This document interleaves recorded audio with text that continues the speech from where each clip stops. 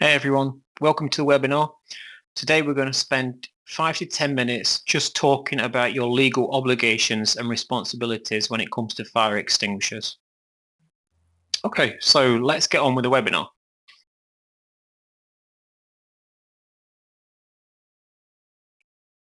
So what is your legal responsibility as a business with regards to your fire extinguishers? In the webinar we're going to cover a few topics today. Hopefully you'll get a lot of value from the listening to the webinar. And if you haven't done so already, then be able to put in place the necessary actions. So today we're going to look at background regulations. Without going too in depth, listing every regulation, we'll touch on the main points that you need to consider. Next, we'll look at what you need to consider when trying to find a contractor.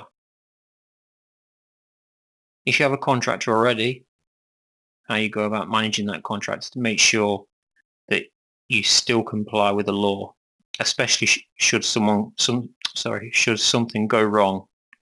Most of the time we don't consider the consequence of getting it right. And unfortunately, sometimes there is a slip up, something goes wrong, the contractor has an accident on site, the contractor causes an accident, perhaps a fire extinguisher falls off the wall and ends up breaking someone's ankle. So we'll look at what you need to consider when you look for a contractor and the steps you need to take to manage that contractor. We'll look at your responsibilities as the occupier of the building. And then finally, we'll talk about how we can help you take care of this process. And just to give you a heads up before we get there, we don't talk about this as some way to get business for ourselves. We do this work for free, so we don't have any hidden agenda in producing this webinar.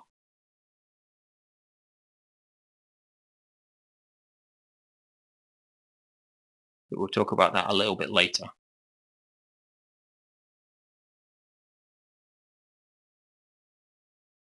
Okay, so if you don't already know me, you're probably wondering who's this guy and how is he qualified to give me this advice? So let's put your mind at rest. Okay, so my name is Wayne. I'm on LinkedIn with something like 3,000 connections. Please check out my profile on there if you want to get to know me a little bit better.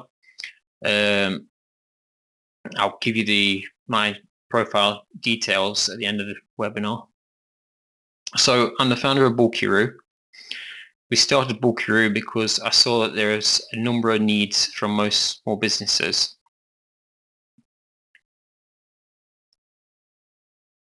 Those needs being a lack of time by both business owners, but also the staff in the business, limited technical knowledge within the business.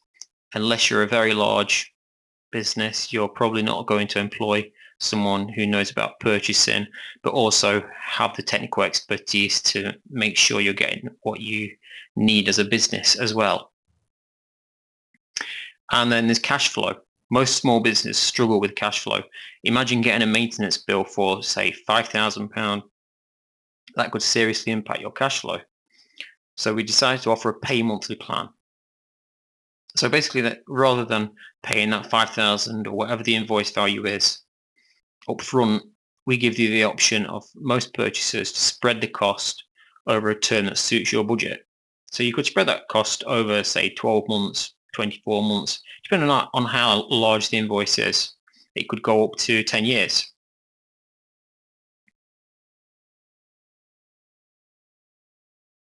Okay, so coming back to me, like I said, you can check out my profile on LinkedIn. But I've been involved in the construction, facilities management, property, renewable energy industries for over 20 years now. I've started, grown and managed multiple companies in the industry. I come from a long line with the family in the industry, an extended family. With the whole family has been involved for over 160 years in the industry, covering all disciplines from building new houses, refurbishing large hotels, to building local energy generation plants. And then, of course, all the maintenance and facilities management aspect that comes into all of that. I've managed nationwide contracts, and I've also been involved quite heavily with the public sector as well.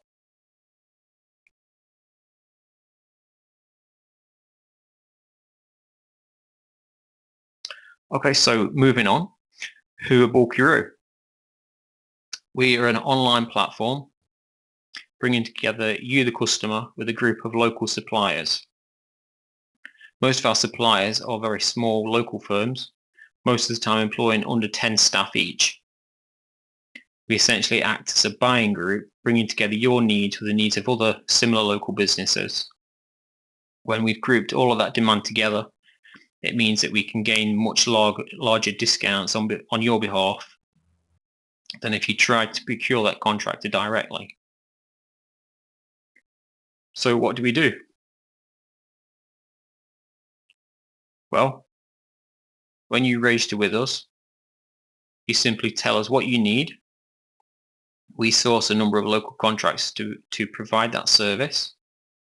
We pre-qualify each contractor before requesting a quote for those works. If you decide to go with a quote, we oversee delivery for the duration of that contract. So if it's a 5-year maintenance contract, we'll be there managing that contract for you for that full 5-year term. When the contract is coming up for renewal, we'll automatically source new quotes in time for you to renew the contract, which means you always have service coverage without having to worry about it. Our service is free. We don't charge you. Because we're providing contractors with a bulk amount of work, they're happy to pay us a rebate on every invoice, which saves them on employing sales staff, estimators, and generally other people in their office, and preparing hundreds of quotes for people that they don't get anyway. There is no commitment to buy with us. If you don't like the quotes that we get, just source your own contractors, and that's fine with us. So really, it's risk-free. Last of all, Bulkyroo is a franchise business. It's run by locally based franchise agents, which means that all of your investment goes straight into the local economy. Our focus is on helping provide opportunity for people who need a step up in life, particularly those who are homeless, school leavers, and ex-forces people. If for one reason or another, they just need a step up to change their life. So we work with various charities, homeless charities, and we bring these people together, bring them to us, and we work with the charities to train and mentor these people so they're ready to run their own business, and then we support them in doing that.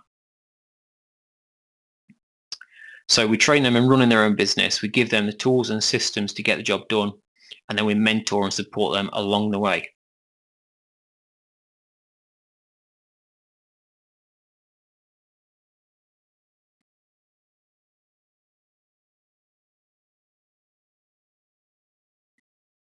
So now we're into the detail.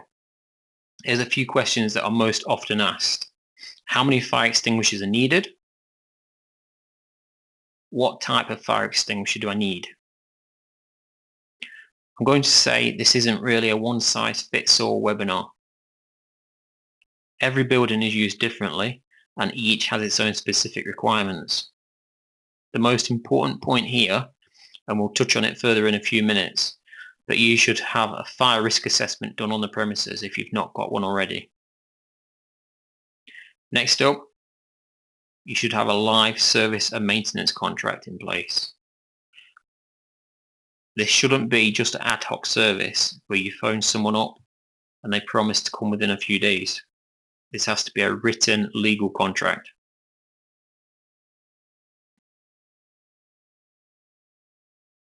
This is also a requirement from insurance companies.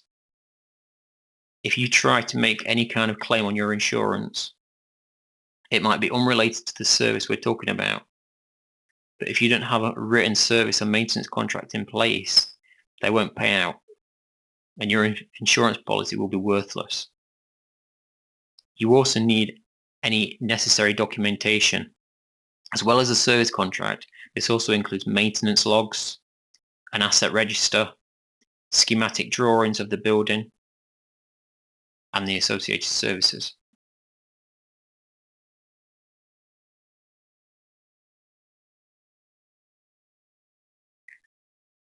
So here's the tricky bit that not many people realise. If you employ a contractor to do work for you, and something happens that can be linked back to that contractor or their staff, and then it's found that you didn't perform the necessary checks before employing them, you'll be made personally liable for the consequences. That means large fines, no insurance cover, and potentially a prison sentence. Part of that process is having a properly documented system in place to prove that you followed the selection process and took the necessary steps to pre-qualify the contractor. You'll need to check the qualifications of the company directors or management team, and their staff, the ones who perform the work. You need to check that the contractor is suitably insured to do the work in terms of both liability limits and the services being listed on the policy documents. It's worth noting that each contractor should have public liability insurance of £5 million and employer's liability insurance of £10 million. And if providing any form of design or consultancy support, should have professional indemnity insurance to a value in line with the cost of replacing the designed services with a suitable alternative. And that includes any downtime costs. For example, if your business is a hotel and that hotel cannot function due to the design being incorrect, you need to have that insurance in place to cover your running costs that will be incurred from that bad design. You must check the contractor's health and safety credentials. How many accidents have they had? What training do they have in place? Is the training in date? And many more such questions that you need to be asking them. What level of experience do they have? They should be providing you with at least 3 similar sized contract references for the same type of service, and those contracts will be within the last 2 to 3 years. You will need to request CVs detailing the work experience of those both doing the hands-on work and also those supervising and managing the work, to ensure they also individually have the necessary experience and training. It will also be your responsibility to follow up on those references, making sure that they are genuine. The contractors should be criminal record checked. If you don't do this, your insurance will also become void. You need to check that they are financially viable and not going to go out of business midway through the contract. This could be very costly in both finding a replacement contractor at short notice, but also in not having service coverage. Remember also that if you don't have a live service contract in place and you need to make an insurance claim, your insurance will be made void. And last up, we're talking about how you manage the work being undertaken. It's your responsibility to have someone in place that is technically competent to oversee the service delivery. This also goes for health and safety. You don't have to do this in-house. You can use separate consultants, but this can be very costly whichever route you choose, whether it's consultants or direct staff. But this is what legislation requires you to do to satisfy those obligations.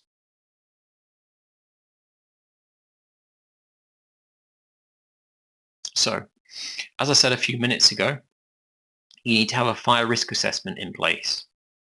If that risk assessment states any actions or advisories, then you should have them done. You need to have a live service and maintenance contract in place. You need a documented program of maintenance with evidence that work has been done.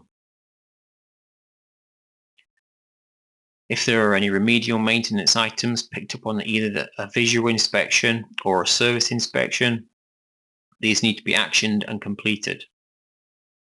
Staff have to be trained. We aren't just talking about one member of staff. Everyone should be trained as part of their responsibilities on day one and then ongoing throughout their term of employment. And you, as the occupier, need to make monthly visual inspections to the equipment or train a staff member to do it for you. This has to be documented and you have evidence. The best way to do this is electronically, as it then automatically records the date of the inspection.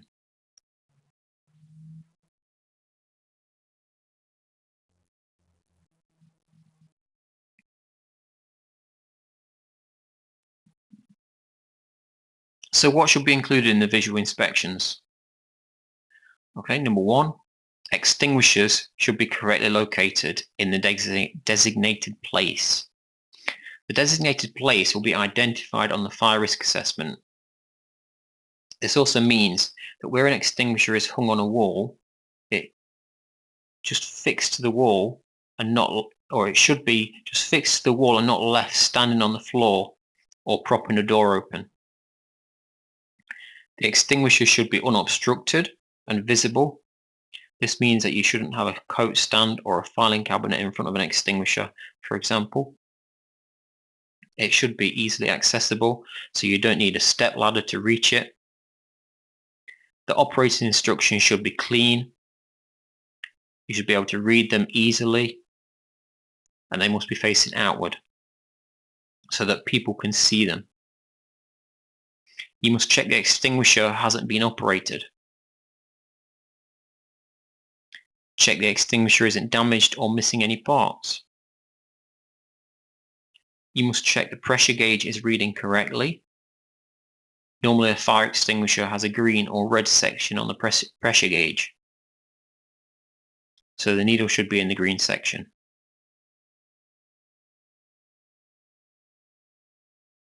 Seals and tamper indicators should be checked to make sure they aren't broken or missing. And finally, as I said previously, if you have any remedial work recorded as needing attention, this must be completed. You should ideally have a system in place to follow this action works up every day until it's complete.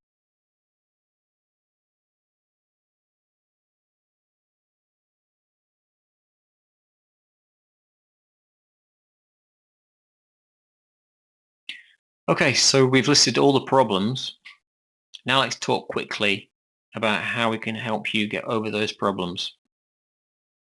I know you're all very busy and I've probably just gave you many people an extra headache.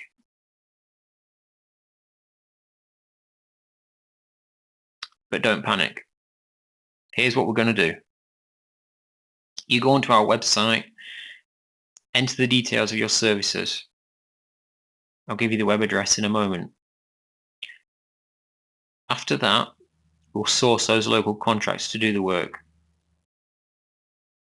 We'll pre-qualify contractors so you don't need to worry about it. We'll get quotes from each contractor to do your work.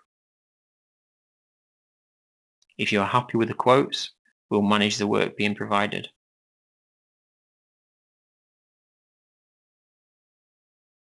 As I mentioned earlier too, we can also provide a pay monthly plan to help spread the cost of any work. We'll tell you about that when we provide the quotes.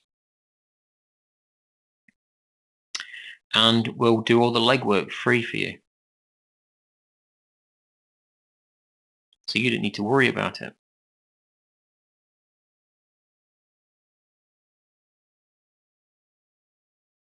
So what do you think? If you'd like to have a look at our website, I've put the address up now. Take a look at the site and the services we offer. These services will continue to grow. Also, I'm always happy to connect it with people on social media. If you want to connect with me or email me directly, my details are on the page. Please feel free. I'm also always looking for collaboration opportunities. We work with a number of partners and have a partner program in place. So I'm happy to talk to anyone about that also.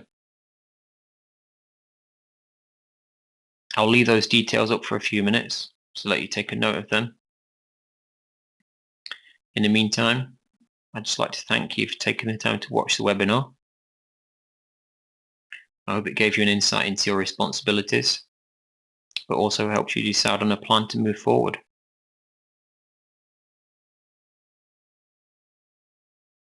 Okay, thank you everyone. I'll sign off now and wish you all a great day.